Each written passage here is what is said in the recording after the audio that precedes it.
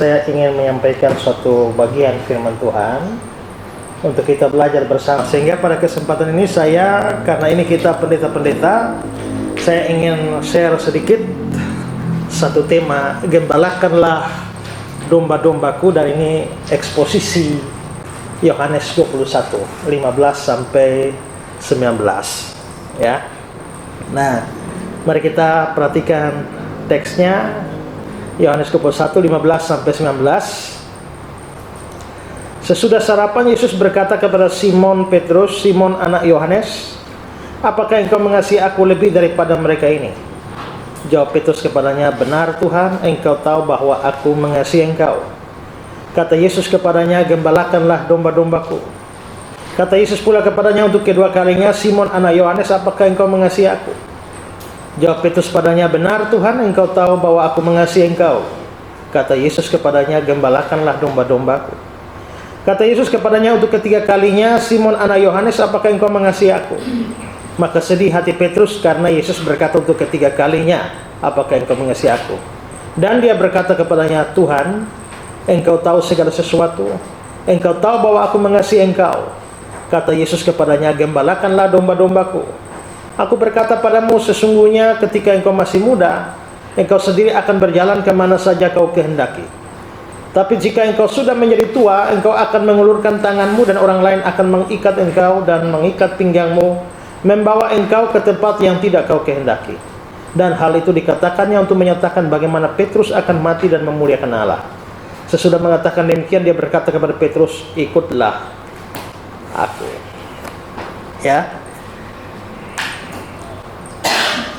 Nah, saya ingin share satu tema, gembalakanlah domba-dombaku, karena memang ini ada di dalam ayat 19 itu, gembalakanlah domba-dombaku. Saya mau bahas beberapa hal.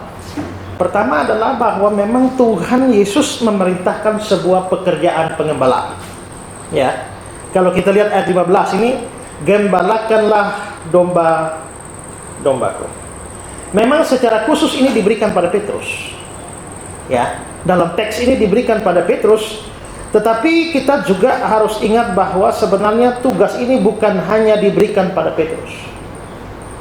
Gara-gara ayat ini, maka gereja Roma Katolik menganggap bahwa Petruslah kepala gereja yang akhirnya menjadi paus pertama, ya. Tapi Protestan tidak menerima hal seperti itu, karena tugas pengembalaan ini tidak hanya diberikan secara khusus pada Petrus, tapi juga kepada pihak lain.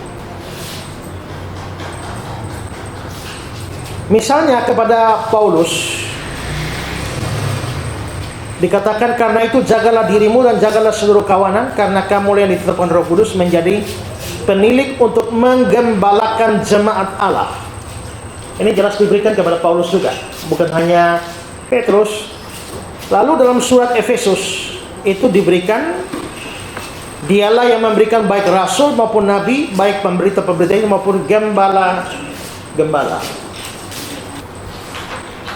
Ya, jadi dengan adanya perintah kepada Petrus maupun juga kepada Paulus, juga diberikannya gembala-gembala, maka memang tugas penggembalaan ini memang bukan dominasi Petrus saja, tapi diberikan kepada semua orang yang dipilih menjadi gembala-gembala atau hamba-hamba Tuhan ini untuk tugas pelayanan. Nah, kata gembalakanlah dan juga dombaku itu sebenarnya muncul dari latar belakang perjanjian lama, di mana umat Israel itu digambarkan sebagai domba dan pemimpin-pemimpinnya itu sebagai gembala. Kalau kita melihat misalnya Mazmur 79 ayat 13, "Maka kami ini umatmu dan kawanan domba gembalaanmu." Berarti umat itu domba, Tuhan sendiri adalah gembala. Selanjutnya dikatakan dalam Mazmur 80, "Hai gembala Israel, pasanglah telinga," dan seterusnya. Yang disebut gembala Israel adalah, kelihatannya adalah pemimpin-pemimpin Israel. Itu dianggap sebagai gembala. Dan karenanya seluruh umat itu juga dianggap sebagai domba. Ya, sekali 34-31. "Kamu adalah domba-dombaku, domba gembalaanku." Jadi ini memang latar belakangnya dari perjanjian lama, sampai akhirnya muncul perintah pengembalaan itu. Nah, terkait tugas pengembalaan yang diberikan oleh Tuhan, saya ingin mengambil beberapa hal penting dari teks kita. Pertama-tama adalah bahwa domba-domba yang digembalakan itu dikatakan sebagai domba-dombanya Tuhan. Ya. Yohanes 1:15, gembalakanlah domba-dombaku. Jadi Petrus disuruh menggembalakan domba, tapi dombanya adalah dombanya Tuhan. Dombanya Tuhan. Kalau disuruh menggembalakan, Petrus disuruh menggembalakan, berarti Petrusnya gembala. Sementara Petrus itu sebagai gembala, tapi dalam surat Petrus sendiri, Petrus membicarakan gembala lain. Ya. Nah ini, sebab dahulu kamu sesat seperti domba, tapi sekarang kamu telah kembali kepada gembala dan pemelihara jiwamu. Petrus gembala, tapi dalam surat Petrus menyinggung ada gembala lain yang disebut sebagai gembala itu adalah pemelihara jiwamu. Masih dari surat Petrus, maka kamu apabila gembala agung datang, Petrus bicara soal gembala agung. Dan ini senada dengan Ibrani, surat Ibrani. Gembala agung segala domba, yaitu Yesus Tuhan kita. Jadi ini berarti bahwa memang Petrus gembala, tapi ada gembala agung. Gembala agung itulah yang memiliki domba-domba. Kita semua adalah gembala, tapi ada gembala agung yang menjadi pemilik dari domba-domba yang kita gembalakan. Saya berikan kata-kata John Calvin. Dia bilang, Kristus adalah satu-satunya pendeta atau gembala dari gereja. Tapi karena dia menggunakan perantara manusia dalam memberikan ajaran-ajarannya, dia memberikan kedudukan-kedudukannya sendiri kepada mereka, atau sedikitnya membaginya dengan mereka. Karena itu orang-orang itu dianggap sebagai pendeta-pendeta dalam pandangan Allah, yaitu mereka yang memerintah gereja oleh pelayanan firman di bawah Kristus yang adalah kepala mereka. Jadi maksudnya gembala sesungguhnya itu adalah Tuhan sendiri, tapi Tuhan itu membagi jabatan itu, membagi tugas itu kepada sejumlah atau sekelompok orang yang akhirnya disebut sebagai gembala-gembala atau pendeta-pendeta. Jadi kita ini tugasnya mulia karena kebagian jabatan yang harusnya punya Tuhan sendiri. Ini punya Tuhan sendiri tapi dibagikan kepada kita, dan itu luar biasa. Karena itu domba itu sebenarnya milik Tuhan. Makanya dikatakan domba-dombaku. Ini berarti domba bukan milik kita. Jemaat itu bukan milik kita. Jemaat atau domba bukan milik majelis. Jemaat atau domba itu bukan milik denominasi tertentu. Itu milik Tuhan. Ya. Dalam pulpit commentary dia bilang begini, hendaklah setiap pendeta selalu ingat bahwa domba-domba itu bukan miliknya sendiri, tapi milik Kristus. Sekalipun dia adalah gembala, penyedia atau pemelihara atau pemberi makan, tapi dia bukan pemilik. Pemiliknya adalah Kristus. Ya. Nah ini kadang-kadang gereja sama gereja berkelahi karena bahwa ini satu rampas domba saya, curi domba saya, dan lain sebagainya. Ya, anehnya adalah bahwa kadang-kadang kalau ada jemaat pindah gereja kita ribut, tapi pindah agama kok kita diam-diam aja, nggak ribut. Ya, di Kupang bahkan orang mendirikan masjid lebih mudah daripada mendirikan gereja. Karena kalau mendirikan masjid itu nggak mengganggu sejumlah gereja, tapi mendirikan gereja yang lain itu mengganggu gereja yang lain. Jadi akhirnya gereja seperti bersaingan. Saya sendiri, saudara, di gereja saya nggak dapat izin sampai hari ini. Izin nasional ada, izin lokal tidak dapat. Apalagi sejumlah gereja sudah membuat peraturan bahwa peraturan mereka sendiri, bahwa hanya boleh ada 22 denominasi dan tidak boleh ada denominasi baru masuk. Ya sudah, akhirnya kami ya tidak mendapatkan izin lokal. Tapi kalau masjid dibuka lebih mudah. Nah, dan seringkali tuduhan yang datang adalah kita curi domba atau lain sebagainya.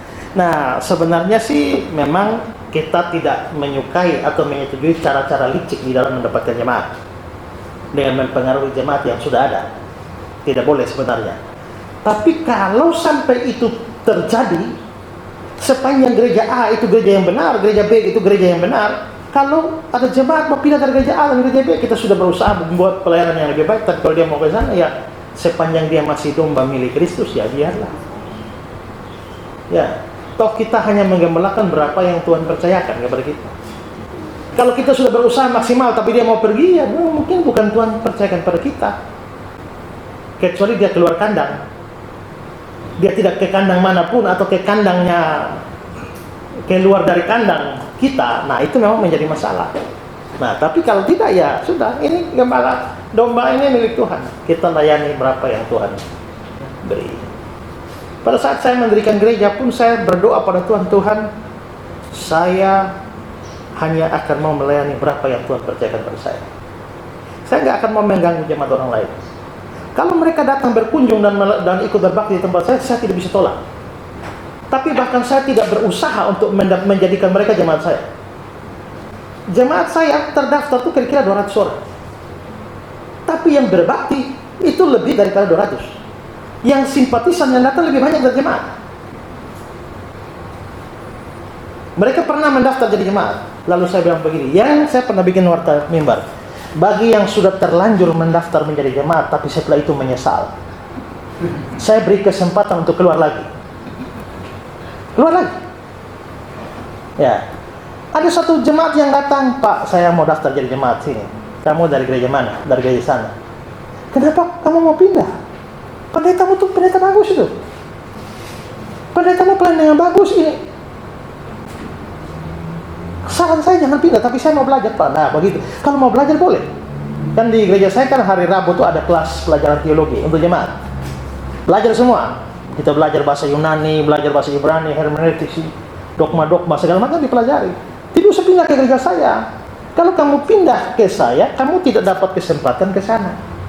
Lebih baik kamu belajar ke sini, ilmunya diambil, pulang ke sana, bisa ajar di sana. Jadi nggak perlu harus jemaat dengan saya.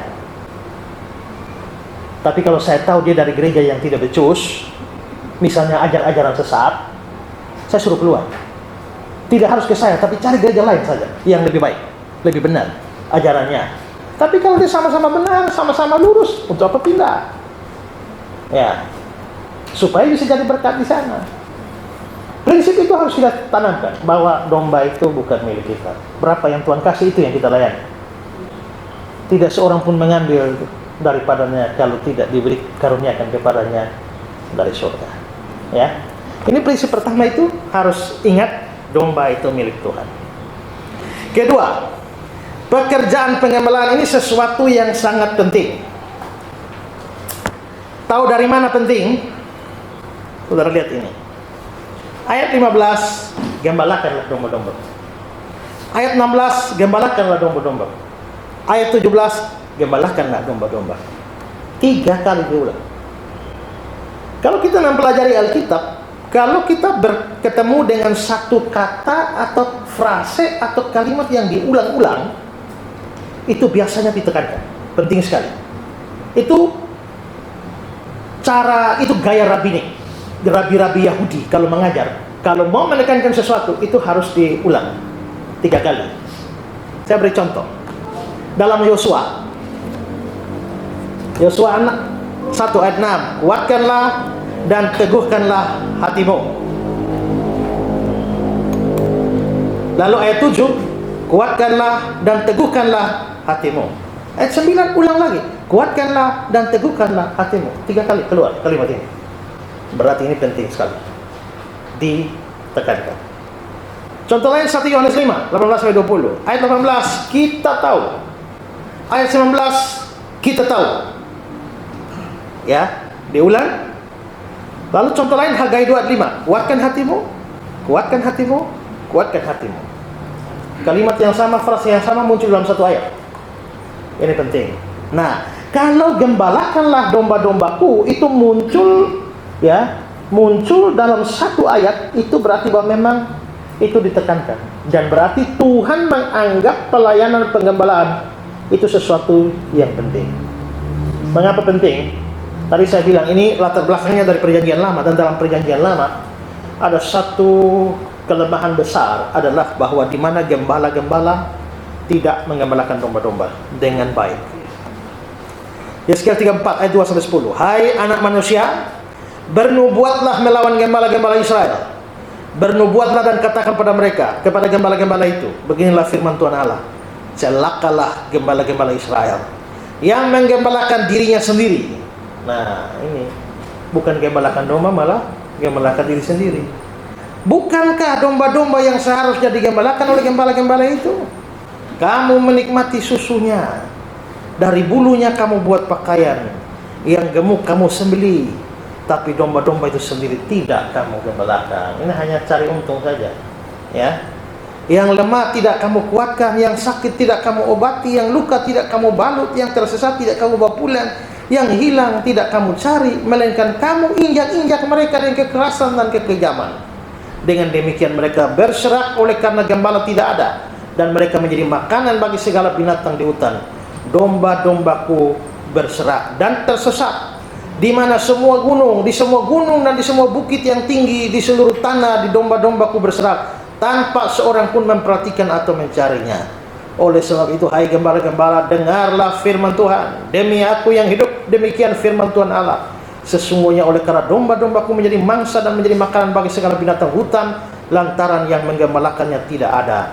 Oleh sebab gembala-gembalaku tidak memperhatikan domba-dombaku, melainkan mereka menggembalakan dirinya sendiri, tapi domba-dombaku tidak digembalakannya. Oleh karena itu, hai gembala-gembala, dengarlah firman Tuhan.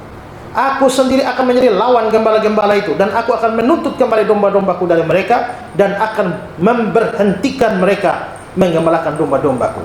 Gembala-gembala itu tidak akan terus lagi menggembalakan diri sendiri. Aku akan melepaskan domba-dombaku dari mulut mereka, sehingga tidak terurus lagi menjadi makanannya. Tuhan marah sekali, ya, ketika gembala hanya menggembalakan diri sendiri cari untung, tapi tidak urus domba-domba. Tuhan marah sekali, dan Tuhan bilang, aku memecat mereka semua. Berarti memang pekerjaan pengembalaan itu pekerjaan yang penting sekali menurut Tuhan. Dan karenanya kita kalau dipilih mengembalakan, ini suatu tugas pelayanan yang penting sekali untuk dipercayakan kepada kita. Nah, hal yang sama juga dilihat Yesus. Melihat orang banyak itu, tergeraklah hati Yesus oleh belas kasihan kepada mereka, karena mereka lelah, terlantar seperti domba yang tak bergembala. Nah, karena itulah maka marilah di sini kita memikirkan jabatan kita, status kita sebagai gembala. Apakah kita menggembalakan domba-domba atau menggembalakan diri sendiri? Terlalu banyak gembala menggembalakan diri sendiri, cari untung dari jemaat. Coba saudara lihat berita ini. Pastor Singapura dikenai dakwaan.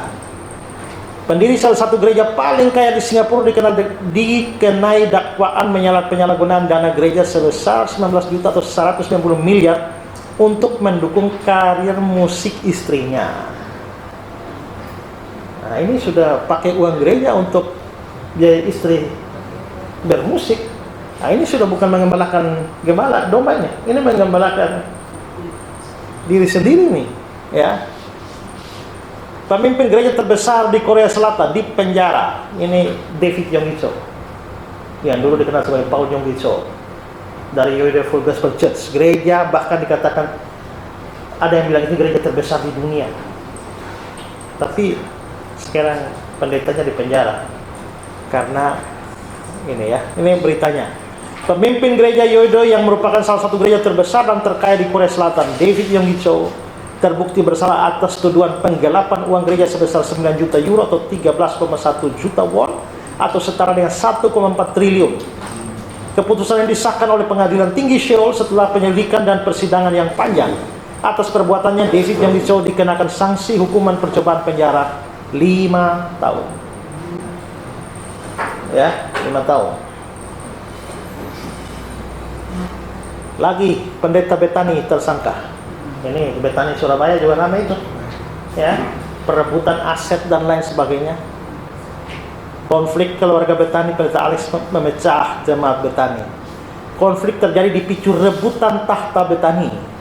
Dengan menguasai tahta Betani, maka akan menguasai pula dana triliun rupiah persembahan jemaat Betani. Ya. Dan berapa banyak kasus seperti ini? Nah, ini bahaya. Kalau sampai terjadi seperti ini, kita tidak mengembalakan jemaat ini, mengembalakan diri sendiri. Dan karenanya, salah satu keuntungan kita gereja Protestan ini adalah kita punya laporan keuangan bagus. Saudara tahu ada gereja di Kupang, bukan gereja Protestan, satu gereja karismatik. Itu gereja sudah dari tahun 50-an. Dan satu hari saya membaca status Facebook dari jemaatnya. Dia bilang, puji Tuhan, setelah gereja dari tahun 1950, tadi untuk pertama kalinya ada laporan keuangan. Dari tahun 1950 dia bersyukur karena sepanjang gereja ini baru tadi ada laporan keuangan.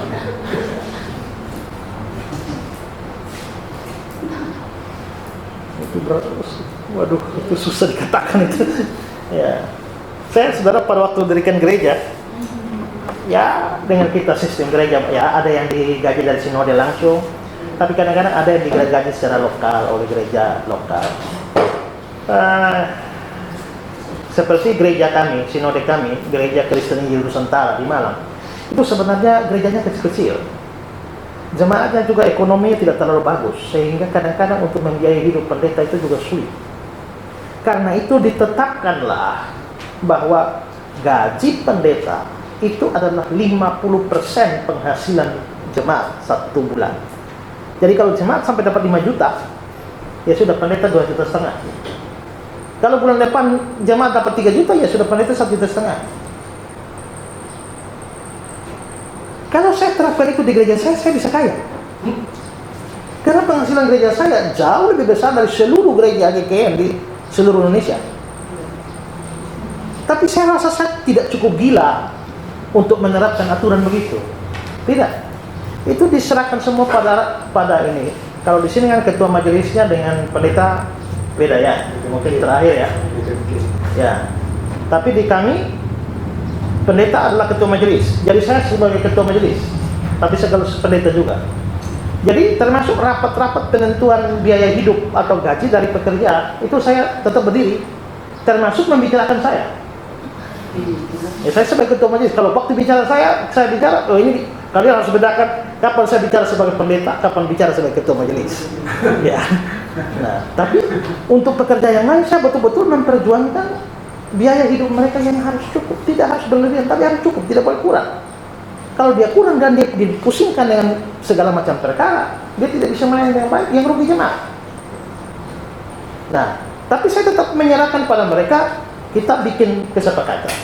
Saya tidak mau ikut aturan sinode, kalau 50% saya kaya. Pada waktu saya bikin seperti itu, ada seorang teman pendeta karismatik, dia bilang, saya rasa Pak sudah salah bikin aturan. Kenapa? Persepuluhan pun milik pendeta.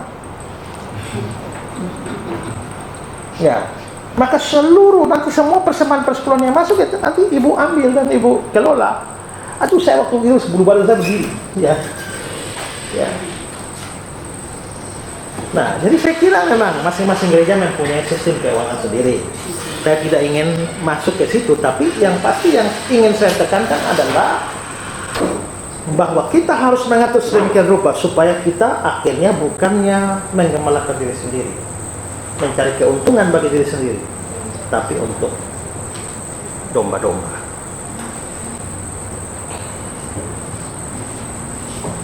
Ya, ini ada berita konflik gereja Betani yang diperparah. Perseteruan pendeta David Aswin Tanusa Putra dan ayahnya pendeta Abraham Alex Tanusa Putra membuat jemaat Betani mengelus dada. Ironisnya, konflik yang terjadi dipicu rebutan tahta Betani. Dengan menguasai tahta Betani, maka akan menguasai pula triliunan rupiah persembahan jemaat Betani. Ini sudah masuk koran ini. Saya ambil berita dari koran, jadi bukan rahasia lagi. Ya.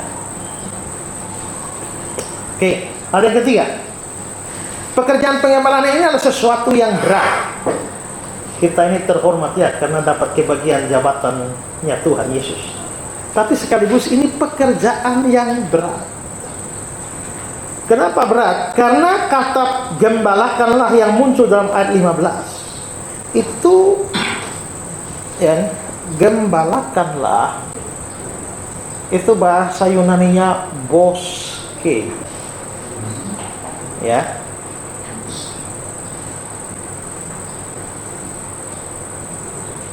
Itu di ayat 15 dan ayat yang ke-17.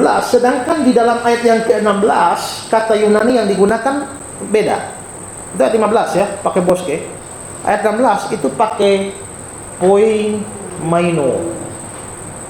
Ini penerapan revolusi industri 40 ini ya.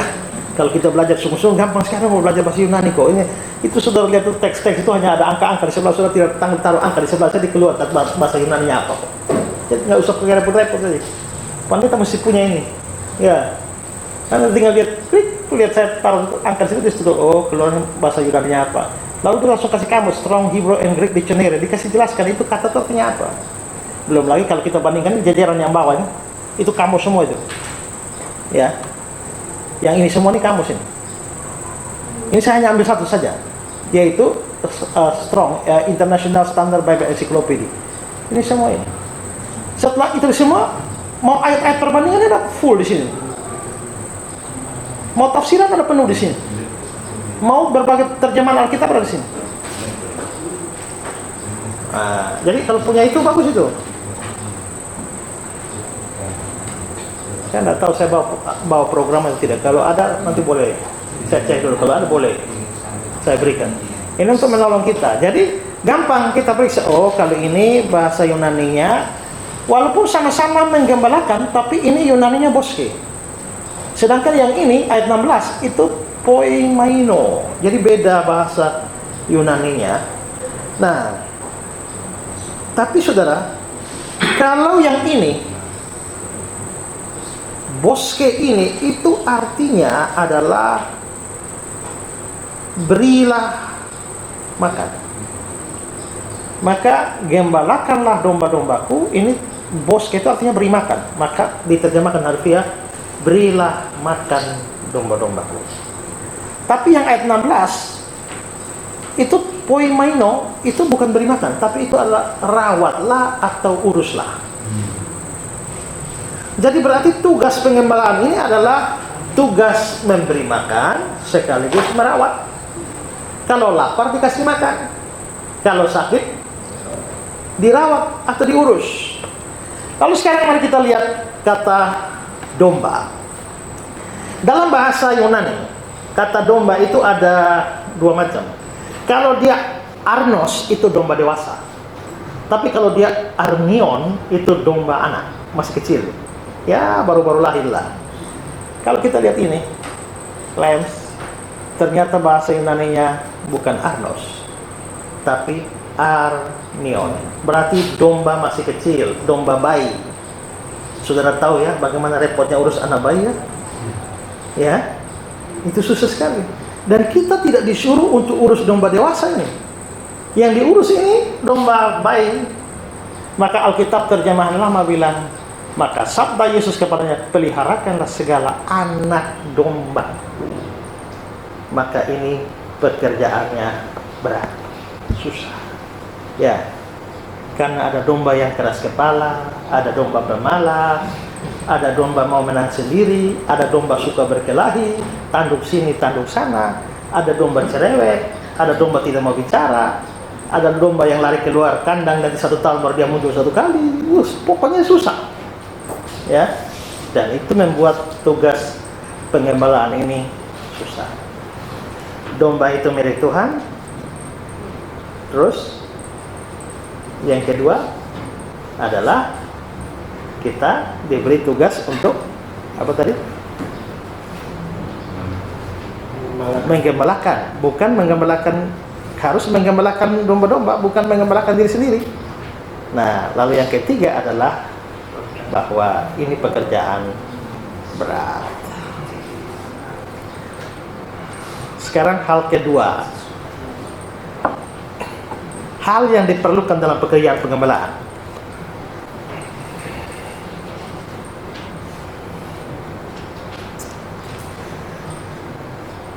Tapi kalau kita lihat adalah pekerjaan pengembalaan, ada pertanyaan, apakah engkau mengasihi aku? Terus, ya, aku mengasihi engkau. Baru muncul pengembalaan. Jadi sebelum adanya kata pengembalaan, itu ada pertanyaan dulu, apakah engkau mengasihi aku?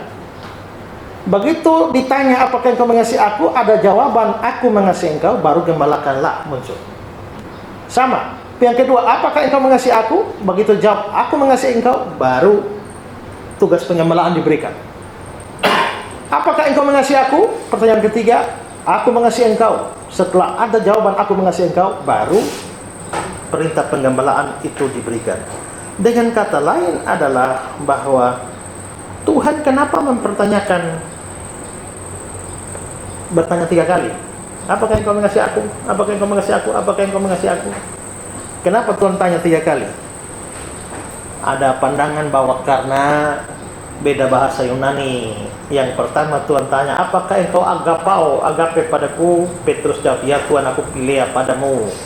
Sama dengan pertanyaan kedua. Pada pertanyaan ketiga Tuhan balik, apakah engkau pilih padaku? Petrus bilang, ya, aku pilih padamu. Lalu ada yang membedakan, berarti agape lebih hebat, lebih tinggi daripada pilea. Tapi saya tidak setuju dengan penafsiran begitu. Menurut saya, pertanyaan 3 kali ini karena kita mesti ingat bahwa setelah ini ya, apakah engkau mengasihi aku? Bahasa Indonesia agapao, dari agape. Ya, aku pilea. Tuhan tanya agape, Petrus jawab pilea. Apakah engkau agapao? Ya, aku pilea. Apakah engkau pilea? Ya, aku pilea. Nah, tapi saya tidak setuju bahwa agape lebih tinggi dari pilea, karena studi teks kata-kata itu tidak menunjukkan demikian. Menurut saya, kita harus penting waktu pertanyaan ketiga. Pertanyaan pertama Petrus tidak sedih. Pertanyaan kedua Petrus tidak sedih. Waktu pertanyaan ketiga, apakah engkau mengasihi aku? Maka sedih hati Petrus. Mengapa? Karena Yesus bertanya 3 kali. Sedihnya Petrus itu karena 3 kali bertanya. Kira-kira kenapa dia sedih? Kok pertama tidak sedih, kedua tidak sedih, ketiga kok sedih?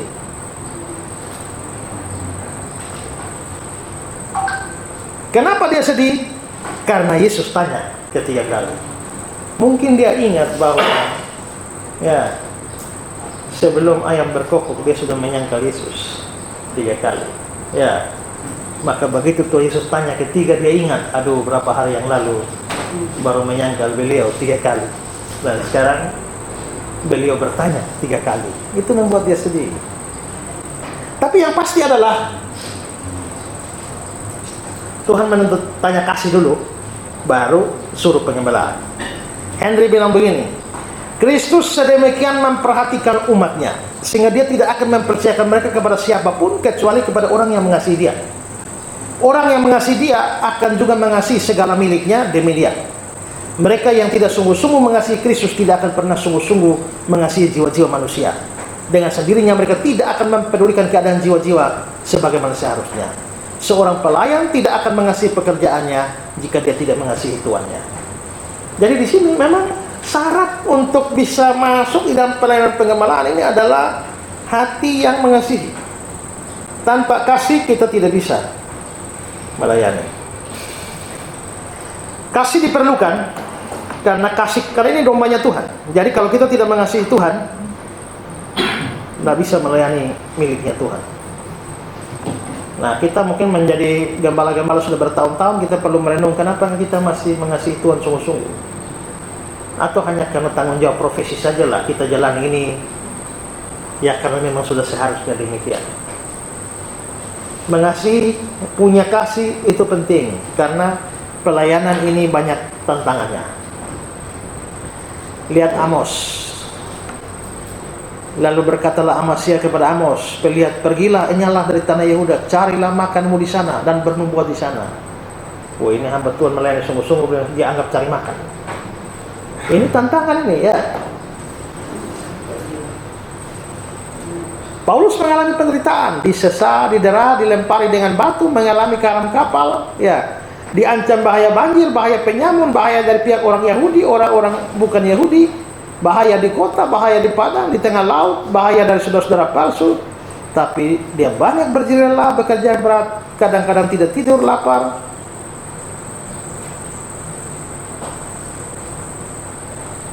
Dan tantangannya berat. Karena itu maka dia perlu kasih kepada Tuhan. Kasih kepada Tuhan penting. Kalau tidak, orang akhirnya gampang hancur atau gampang mundur dari pelayanan. Terakhir, sharing saya terakhir adalah tujuan akhir dari pelayanan seorang gembala ini apa? Ayat 18. Sesungguhnya jika engkau masih muda, engkau ikat pinggangmu sendiri dan engkau berjalan kemana saja engkau kehendaki. Tapi jika engkau sudah menjadi tua, engkau akan mengulurkan tanganmu dan orang lain mengikat engkau dan membawa engkau ke tempat yang tidak kau kehendaki. Dan ayat 19 berkata, hal itu dikatakan untuk menyatakan bagaimana Petrus akan mati. Jadi Petrus ini kata-kata yang menyatakan Petrus akan mati. Terutama kalimat mengulurkan tanganmu atau orang lain akan mengikat. Kata mengulurkan ini, itu bahasa Yunani-nya adalah ekteino, yang bisa berarti merentangkan. Ya. Nah, ini merentangkan ini menarik karena gaya orang disalib. Dan memang menurut sejarah catatan Eusebius juga Petrus ini memang pada akhirnya mati dengan disalib. Tapi salibnya terbalik di Roma zaman Nero. Hendriksen bilang merupakan sesuatu yang menarik untuk memperhatikan bahwa ungkapan mengulurkan atau merentangkan tangan sering digunakan oleh pengarang-pengarang Yunani dan oleh beberapa gereja mula-mula untuk menunjuk pada penyaliban. Albert Barnes, tradisinya adalah bahwa di akhirnya ia disalibkan di Roma dengan kepala di bawah karena dia berpikir atau menganggap sebagai kehormatan yang terlalu besar untuk mati seperti yang dialami oleh Tuhannya. Tapi tidak ada bukti yang pasti bahwa itu terjadi di Roma dan tidak ada pengetahuan yang mutlak berkenaan dengan tempat di mana dia mati. Tradisi mengatakan si Petrus mati di Roma dengan disalibkan. Gembala seperti Petrus rela mati, sama seperti gembala seniornya. Gembala yang baik memberikan nyawanya untuk domba-dombanya.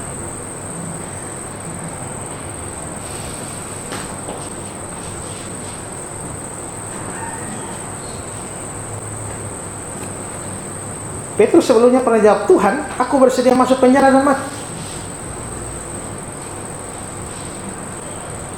Dan akhirnya kelihatannya dia dapat itu. Dia dapat sesuai dengan apa yang pernah dia ungkapkan. Tapi yang menarik adalah begini. Ini. Petrus akan mati dan memuliakan Tuhan. Artinya adalah bahwa tugas pengembalaan, apapun tantangan yang dialami, sekalipun nyawa hilang, tujuan utamanya adalah memuliakan Allah. Maka Paulus bilang begini, jika kita hidup, hidup untuk Tuhan. Jika kita mati, mati untuk Tuhan. Jadi artinya memang hidup kita pada akhirnya adalah untuk Tuhan. John Wesley bilang, bukan hanya dengan bertindak, tapi dengan terutama dengan menderita, orang kudus bisa memuliakan Allah. Bukan hanya bekerja pengembalaan, kita bisa memuliakan Allah. Bahkan mati di dalam pelayanan dengan cara seperti Petrus sekalipun, itu bisa memuliakan Tuhan Allah. Pulpit Commentary, orang Kristen untuk bisa memuliakan Allah dalam kematian, harus lebih dulu memuliakan Dia dalam kehidupan. Dia yang hidup dengan baik, mati dengan baik juga dan memuliakan Tuhan. Maka tujuan akhir dari pengembalaan kita adalah kemuliaan bagi Tuhan. Amin.